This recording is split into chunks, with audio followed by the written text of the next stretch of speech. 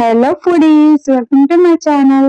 So ఈరోజు నేను ration బియ్యం ఇడ్లీని అయితే ప్రిపేర్ చేస్తున్నా. ఇది చాలా సాఫ్ట్గా ఉంటుంది, చాలా టేస్ట్గా కూడా ఉంటుందండి. దీన్ని ఇప్పుడు ఎలా ప్రిపేర్ చేసుకోవాలో చూసేద్దాం. ఫస్ట్ అయితే 1 కప్ మినపప్పుకి 2 కప్స్ అయితే రేషన్ బియ్యం అయితే తీసుకోవాలి.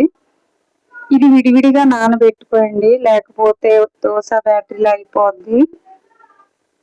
ఇప్పుడు వాటర్ వేసుకొని బాగా వాష్ చేసుకోవాలి. బాగా వాష్ చేసుకున్న తర్వాత మళ్ళీ వాటర్ వేసుకొని 8 అవర్స్ అయితే నానబెట్టుకోవాలి. ఇప్పుడు ఆల్మోస్ట్ అయితే నానిపోయిందండి. ఇప్పుడు దీన్ని మిక్సీ పట్టేసుకోవాలి. రెండు విడివిడిగానే మిక్సీ పట్టేసుకోండి, కలిపి మిక్సీ పట్టేసుకోకూడదు, దోశ పిండిలో అయిపోద్ది. ఫస్ట్ అయితే నేను మినపప్పును అయితే మిక్సీ పట్టేసుకుంటున్నా. అలానే బియ్యాన్ని కూడా మిక్సీ పట్టేసుకోవాలి. బియ్యంలో మాత్రం కొంచెం వాటర్ వేసుకోండి, థిక్గా ఉండాలి, లేకపోతే పలుచగా అయిపోద్ది.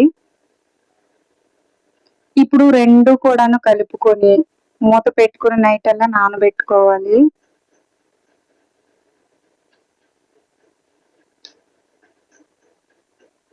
ఇప్పుడు మార్నింగ్ మూత తీసేటప్పటికి మనకి ఇడ్లీ బ్యాటరీ అయితే రెడీ అయింది. ఇప్పుడైతే ఇడ్లీ పెట్టేసుకోవాలి. ఇప్పుడు కొద్దిగా సాల్ట్ వేసుకుని బాగా మిక్స్ చేసుకోవాలి. ఇప్పుడైతే ఇడ్లీ ప్లేట్లు తీసుకొని కొంచెం ఆయిల్ అప్లై చేసుకోవాలి, ఎందుకంటే మనకి ఇడ్లీ ఈజీగా వచ్చేస్తుంది అంటుకోకుండా. ఇప్పుడు ఇడ్లీ బ్యాటరీని అయితే దీంట్లో వేసుకొని దీనిని ఇప్పుడు రైస్ కుక్కర్లో అయితే పెట్టేసుకుంటున్నాను.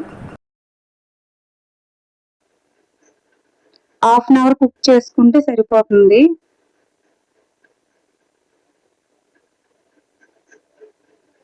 ఇప్పుడైతే ఆల్మోస్ట్ రెడీ అండి.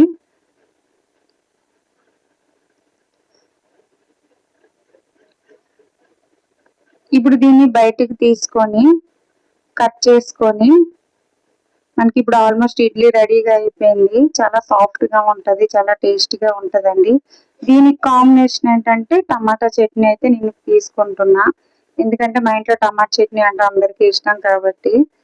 సో ఈ వీడియో కనుక మీకు నచ్చినట్లయితే ప్లీజ్ లైక్ చేయండి, సబ్స్క్రైబ్ చేయండి. Okay, thank you.